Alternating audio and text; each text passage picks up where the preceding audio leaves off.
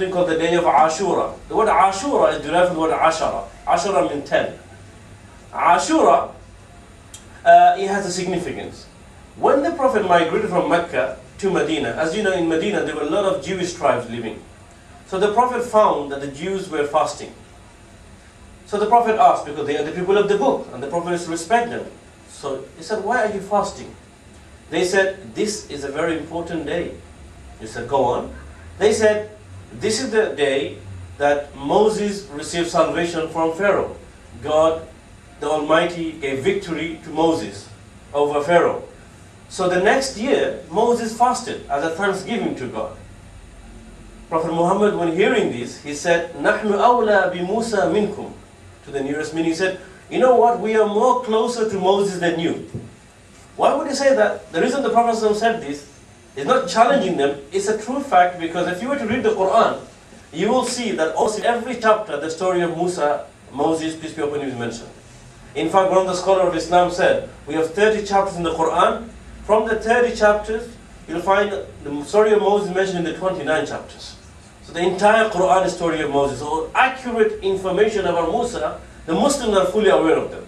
As for the other nation, their book went through a lot of alterations and modifications. But Muslims, the book of Allah, has mentioned details of Moses. The Prophet said, we deserve more to respect Musa. Therefore the Prophet, he said to companions, many of them, they never used to have breakfast. It was early morning. He said, has any of you have breakfast? He said, no, we had nothing yet. He said, carry on fasting then.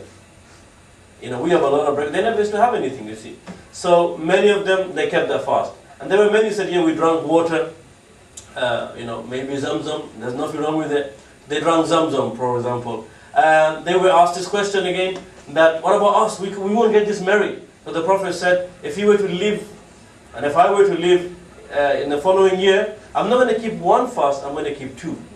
So therefore, keeping two fasts in the month of Muharram, it becomes a sunnah now. Although the Prophet, he himself personally, couldn't keep that fast because he passed away. But the fact that he desired that if I were to live, I'll keep two. Therefore the scholar said, you're allowed to fast either 9 or the 10th, or 10th or the 11th. You know, the 10th is fixed, but you could add one day before or one day after. So this is the significance of the month of Muharram and Ashura. Moving on, and I'm only mentioning what's in the Hadith and in the Quran. So the controversial things I'm leaving it. You could ask me in Q&A.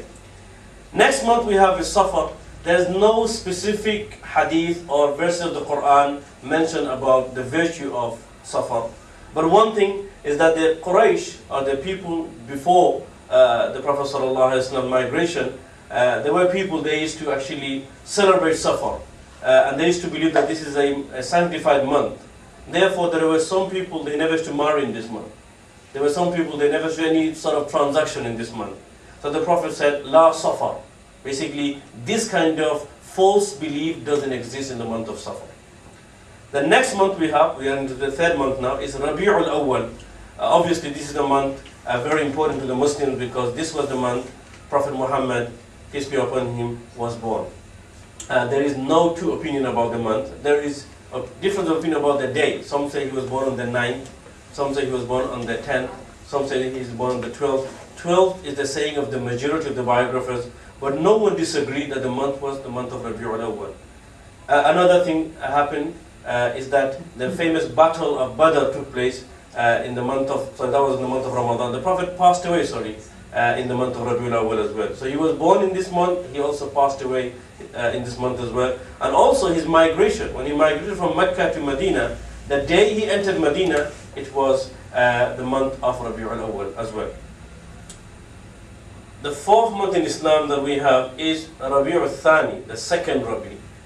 Then we have Jumad al-Ula, and then we have Jumad al-Ukhra. These are all Arabic names. Now these 3 months again, there is no any